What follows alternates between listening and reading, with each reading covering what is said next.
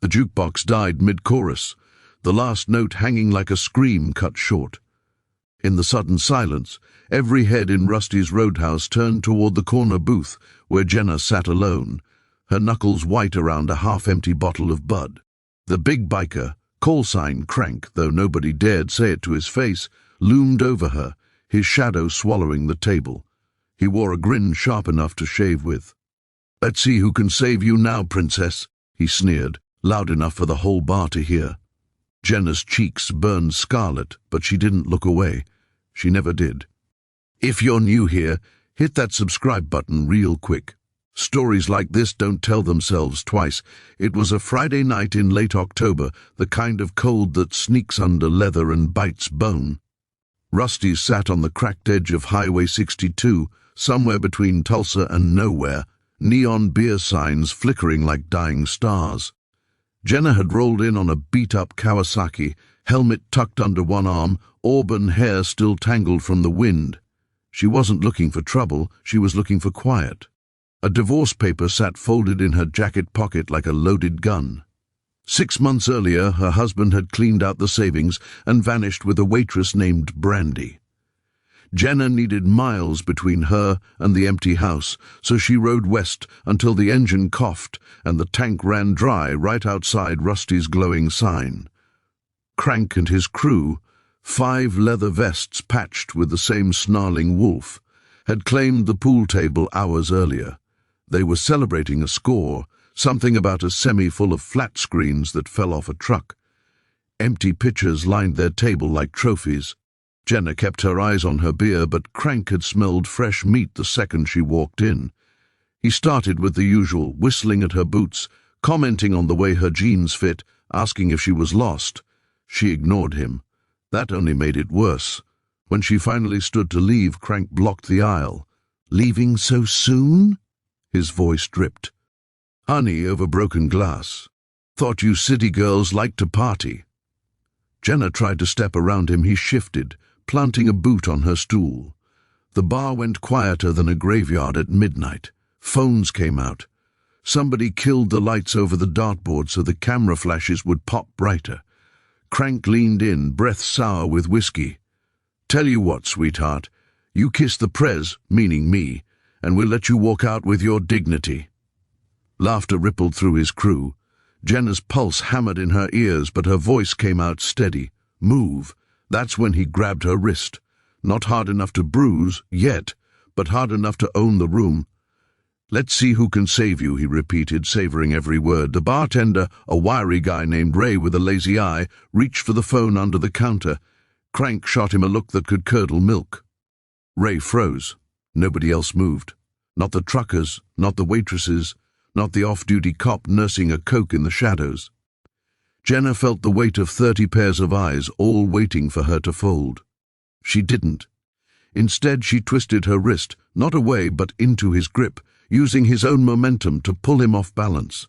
Crank stumbled half a step, surprise flashing across his face. Jenna used the second to yank her jacket open. The overhead bulb caught the ink on her left shoulder, an eagle in mid-swoop, talons out, wings spread wide across her collarbone. The detail was surgical, feathers like razor blades, eyes burning with predator fire. The bar inhaled as one. Crank's smirk faltered. He knew that tattoo. Everyone in the life did. It wasn't some Pinterest flash, it was old school, hand-poked in a basement in Fallujah by a Marine gunner who never came home.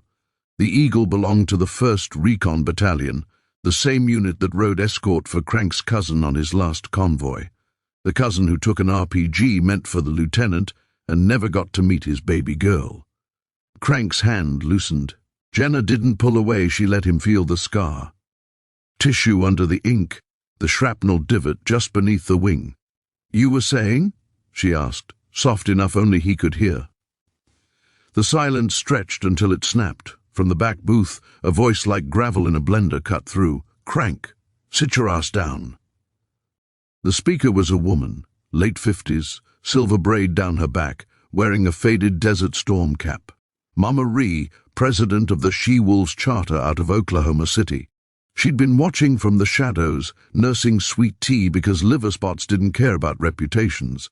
Crank's crew parted like the Red Sea. Mama Ree walked slow, boots thudding. She stopped beside Jenna, looked Crank dead in the eye. "You put hands on family, boy?" Family. The word hit Crank like a slap. Jenna wasn't blood, but that eagle made her closer than most. Mama Ree reached out, brushed a thumb over the tattoo the way you'd salute a flag. "My nephew carved this the night before he shipped out.